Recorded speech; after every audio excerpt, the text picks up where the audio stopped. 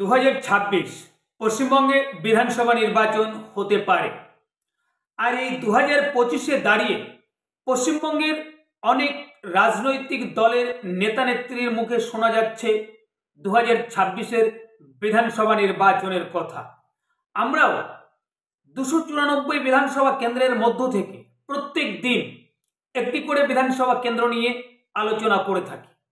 আমাদের আজকের আলোচনায় যে বিধানসভা কেন্দ্র তার নাম পাঁশকুড়া পশ্চিম বিধানসভা কেন্দ্র। আপনারা সকলেই জানেন 2021-এর বিধানসভা নির্বাচনে এই কেন্দ্র থেকে তৃণমূল কংগ্রেস প্রার্থী জয়লাভ করেছিলেন।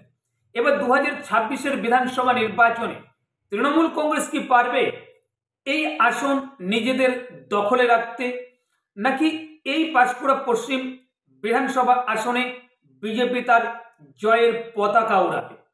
তো আসুন এক এক করে সব তথ্য আকারে দেখে নেওয়া যাক কি হতে পারে 2026-এর বিধানসভা নির্বাচনে এই বিধানসভা কেন্দ্রের সম্ভাব্য ফলাফল।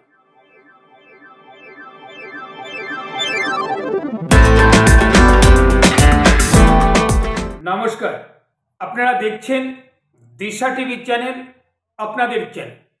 প্রতিদিনের মতো আজকেও এক প্রতিবেদন নিয়ে আপনাদের কাছে এসেছি। আপনারা সকলেই জানেন যে পশ্চিমবঙ্গে যদি সবকিছু ঠিকঠাক থাকে তাহলে 2026-এ পশ্চিমবঙ্গে বিধানসভা নির্বাচন হতে পারে। কিন্তু আমাদের আলোচনায় আজকে যে বিধানসভা কেন্দ্রটি তার নাম পাঁশকুড়া পশ্চিম বিধানসভা কেন্দ্র। আপনারা সকলেই জানেন যে 2021-এর বিধানসভা নির্বাচনে এই কেন্দ্র থেকে তৃণমূল কংগ্রেস প্রার্থী জয়লাভ করেছিলেন। কিন্তু 2026-এর বিধানসভা নির্বাচনে কি তৃণমূল কংগ্রেস এই আসন নিজেদের দখলে রাখতে পারবে, নাকি এই আসনে বিজেপি তার জয়ের পতাকা ওড়াবে? সেই তথ্য এক এক করে আপনাদের সামনে তুলে ধরব কি হতে পারে 2026-এর বিধানসভা নির্বাচন। তো আসুন কিছু তথ্য আপনাদের সামনে তুলে ধরব, তারপরে আমরা আলোচনাতে আসব কি হতে পারে 2026-এ এই বিধানসভা কেন্দ্রে।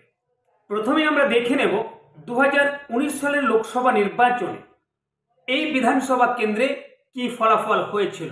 আসুন একবার দেখে নেওয়া যাক। 2019-এর লোকসভা নির্বাচনে এই বিধানসভা কেন্দ্রে বিজেপির প্রার্থী ভোট পেয়েছিলেন 97,528 শতাংশ, যদি দেখা যায় 45.8% ভোট পেয়েছিলেন। আর তৃণমূল কংগ্রেস প্রার্থী এখানে ভোট পেয়েছিলেন 94,683 শতাংশ, 44.5%। আর সিপিআই প্রার্থী ভোট পেয়েছিলেন 13,074 শতাংশ, 6.1%। আর কংগ্রেস প্রার্থী ভোট পেয়েছিলেন 5,194 শতাংশ, 2.4% ভোট। এবার আমরা দেখে নেব 2021 সালের বিধানসভা নির্বাচনে এই বিধানসভা কেন্দ্রে ফলাফল কি হয়েছিল। আসুন দেখে নেওয়া যাক। 2021-এর বিধানসভা নির্বাচনে এই বিধানসভা কেন্দ্র থেকে তৃণমূল কংগ্রেস প্রার্থী ভোট পেয়েছিলেন 1,11,705। আর শতাংশ যদি দেখা যায় 47.71% ভোট পেয়েছিলেন। আর বিজেপির প্রার্থী ভোট পেয়েছিলেন 1,02,816 শতাংশ, 43.92%। সিপিআই প্রার্থী এখানে ভোট পেয়েছিলেন 15,124 শতাংশ, যদি দেখা যায় 6.46% ভোট পেয়েছিলেন। এখানে তৃণমূল কংগ্রেস প্রার্থী 2021 সালের বিধানসভা নির্বাচনে 8,889 ভোটের ব্যবধানে জয়লাভ করেছিলেন। এবার আমরা একটু দেখে নেওয়ার চেষ্টা করব যে 2024-এর লোকসভা নির্বাচনে এই বিধানসভা কেন্দ্রের ফলাফল কি হয়েছিল। দেখুন, আমরা যদি দেখি তাহলে দেখা যাবে বিজেপির প্রার্থী এখানে ভোট পেয়েছিলেন 1,08,415। আর তৃণমূল কংগ্রেস প্রার্থী ভোট পেয়েছিলেন 1,08,239। আর বাম প্রার্থী এখানে ভোট পেয়েছিলেন 10,390 ভোট। এই যে ভোটের কথা আপনাদের সামনে বললাম, এটা কিন্তু ইভিএম ভোট। এই ভোটের সঙ্গে পোস্টাল ব্যালট ভোট যোগ করা হয়নি। তাহলে আমরা যদি এই তিনটি নির্বাচনের ফলাফল দেখি তাহলে দেখা যাবে দুটি লোকসভা নির্বাচনে বিজেপির প্রার্থী এগিয়ে আছেন। 2019 সালের লোকসভা নির্বাচনে ঘাটাল লোকসভা কেন্দ্র থেকে বিজেপির প্রার্থী হয়েছিলেন ভারতী ঘোষ। তিনি পরাজিত হয়েছিলেন, কিন্তু এই পাঁশকুড়া পশ্চিম বিধানসভা কেন্দ্র থেকে এগিয়েছিলেন।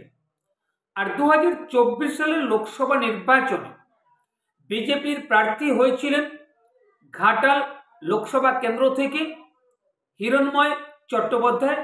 তিনি পরাজিত হয়েছেন তৃণমূল কংগ্রেস প্রার্থীর কাছে, কিন্তু তিনি এই পাঁশকুড়া পশ্চিম বিধানসভা কেন্দ্র থেকে সামান্য ভোটের ব্যবধানে এগিয়েছিলেন। এবার কি হতে পারে 2026-এ এই বিধানসভা কেন্দ্রের ফলাফল?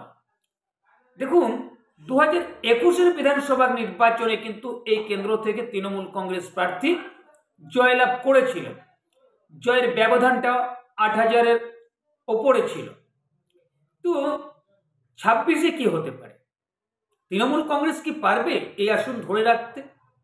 দেখুন, তার আগে আমরা দেখব যে এই বিধানসভা কেন্দ্রের যে সকল ভোটাররা বসবাস করে থাকেন সেখানে সংখ্যালঘু যে ভোটার আর সংখ্যাগরিষ্ঠ যে ভোটার তার শতাংশটা কত আছে সেটা আমরা একটু দেখে নেওয়ার চেষ্টা করব, তারপর আমরা আলোচনাতে আসব। ভোটার তালিকা বিশ্লেষণ করে এই তথ্য পাওয়া যায়। এখানে সম্প্রদায়ের নাম আপনারা দেখছেন, মুসলিম সম্প্রদায়ের ভোট সংখ্যাটা এখানে দেখা যাচ্ছে যে 56,330 ভোট, আর ভোটের যে শতাংশ সেটা দেখা যাচ্ছে 21.5%। যে তথ্য আপনাদেরকে দেখিয়েছি আপনারা দেখে নিয়েছেন। এখানে দুটি লোকসভা নির্বাচনে বিজেপির প্রার্থী এগিয়েছিলেন, আর একটি বিধানসভা নির্বাচনে এখানে তৃণমূল কংগ্রেস প্রার্থী, আমরা যে তিনটি নির্বাচনের ফলাফল দেখিয়েছি তার মধ্যে একটি বিধানসভা নির্বাচন, সেখানে তৃণমূল কংগ্রেস প্রার্থী জয়লাভ করেছিলেন 2021-এর বিধানসভা নির্বাচন। তো আমাদের এই নির্বাচনের ফলাফল আর আমাদের আলোচনা আর এই বিধানসভা কেন্দ্রের যে সংখ্যালঘু ভোটার, 2026-এর বিধানসভা নির্বাচনে যদি সংখ্যালঘু ভোটার ভাগ হয় বা 2026-এর বিধানসভা নির্বাচনের সময় যদি আমরা হরিয়ানা বা মহারাষ্ট্রের মতো বিজেপি নেতা নেত্রীর মুখে শুনতে পাই স্লোগান, যে স্লোগান হরিয়ানা বিধানসভা কেন্দ্রের নির্বাচনী প্রচারে আমরা শুনেছিলাম যে বাটেঙ্গে তো কাটেঙ্গে, এক রহেগা তো সেফ রহেগা, এই স্লোগান যদি আমাদের পশ্চিমবঙ্গে বিজেপি নেতা নেত্রীদের মুখে শোনা যায়, আর যদি এই বিধানসভা কেন্দ্রের সংখ্যালঘু যদি ভোটার ভাগ হয়, তাহলে কিন্তু এই কেন্দ্রে বিজেপি সম্ভাব্য জয়ী হতে পারে। আর যদি এই কেন্দ্রে সংখ্যালঘু ভোটার যদি ভাগ না হয় বা এই সব স্লোগান যদি শোনা না যায় বা হিন্দু ভোট যদি এককাট্টা না হয়, তাহলে কিন্তু এখানে সম্ভাব্য জয়ী তৃণমূল কংগ্রেস প্রার্থী হতে পারে।